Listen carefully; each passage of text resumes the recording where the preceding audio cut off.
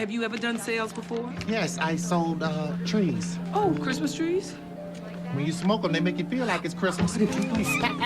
This actor is personally worth over $1 billion, so he's obviously doing something right. And even though that something right is crafting a media empire, said media is not very good. In fact, it's often downright offensive. Perry has appeared in a wide variety of films and television shows, but he's most known for playing Medea in her eponymous movies. The Medea films are almost universally derided, and Perry has received dozens of Razzie nominations for his writing, acting, and directing. He has also been accused of stereotyping black females, most prominently by longtime critic Spike Lee, who has even compared the Medea films to minstrel shows. Please edit. It was $37.95 is what I sent to you to help put that boy through school. What you gonna do with $37? It ain't about where it come from, it's what you had to do to get it. Number 9. Gwyneth Paltrow. Gwyneth Paltrow's lifestyle company has agreed to pay a six-figure settlement for false advertising. Unlike many celebrities on this list, Gwyneth Paltrow isn't really hated for her movie choices. She's in a good variety of films, ranging from period rom-coms to blockbusters. She's a very good actress, and none of her characters are particularly deplorable. Nope, this one comes all in the personal life.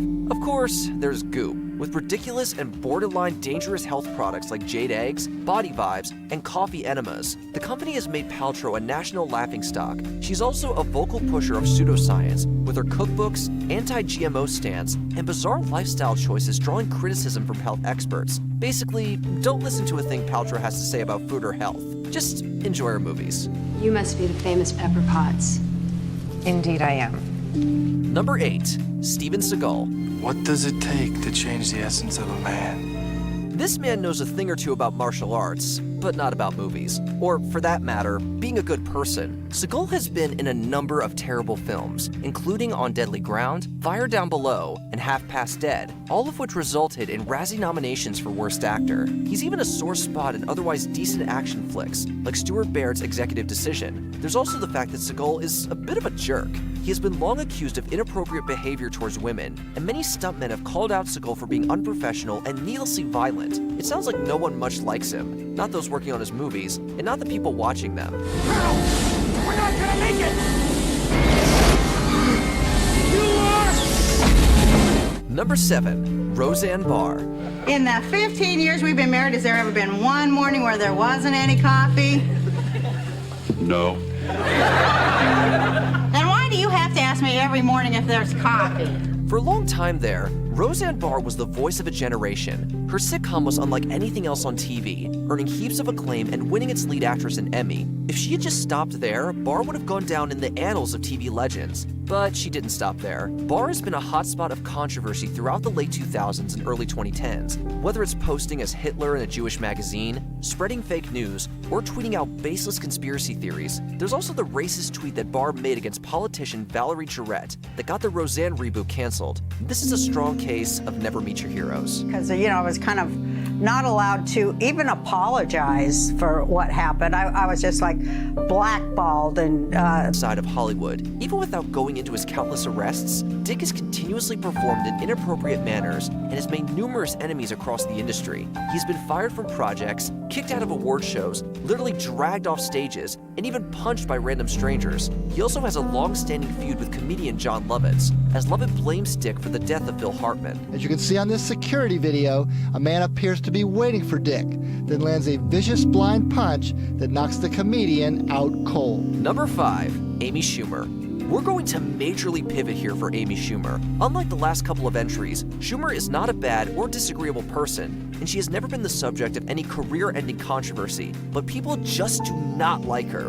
I want that. I want that hatred. Most of the hate stems from Schumer's brand of comedy, as she loves to utilize gross-out, weirdly personal sexual humor in her stand-up. To many, the jokes that Schumer tells are not funny at best, disgusting and inappropriate at worst. To make matters even worse, Schumer has been accused of stealing jokes on numerous occasions, which is perhaps the biggest no-no you can make in the comedy business. Comedian Amy Schumer isn't laughing this morning over those accusations that she stole jokes. Now, the Trainwreck star is strongly denying the charges, and ABC's David Wright has the story. Number 4. Rob Schneider. This comedian enjoyed great success on Saturday Night Live back in the late 80s and early 90s, but like Kevin James, his reputation took a major hit once he started collaborating with Adam Sandler. His work with Sandler's Happy Madison has been widely criticized, from The Hot Chick to The Benchwarmers and the two Deuce Bigalow films. The second, 2005's Deuce Bigalow European Gigolo, even earned Schneider a Razzie Award for Worst Actor. He has also garnered much criticism for being an outspoken anti-vaxxer, believing that childhood vaccinations are toxic, that they are not scientifically effective, and that they can cause autism. It's not a great look for an actor whose standing is already in the toilet. Wow, that was a brutal comeback. Let's go, guys. I don't think I'll ever recover from that. Man. Number 3, Pauly Shore. Watching the movies make me sad because I miss starring in films.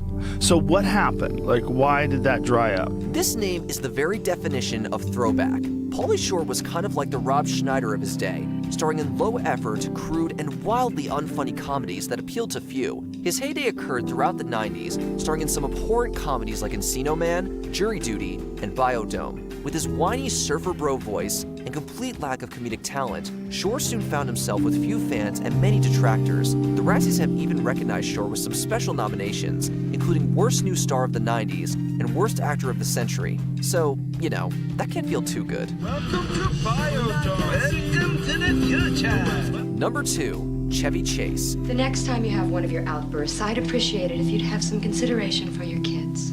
The man is a comedic legend, there's no denying that. From Saturday Night Live and Community to all-time comedy movies like Caddyshack and Vacation, Chevy Chase had the career that dreams are made of. But by all accounts, absolutely everybody hates him. Many people on the set of SNL did not get along with Chase, including Bill Murray, who at one point got into a fistfight with Chase after Chase made fun of his looks. Many filmmakers have also spoken negatively about their time with Chase, including directors Joe and Anthony Russo and Community creator Dan Harmon. In fact, Chase became so difficult to work with that he left Community in the middle of its 4th season. All right, you already know Brittles. Britta? Abed the Arab.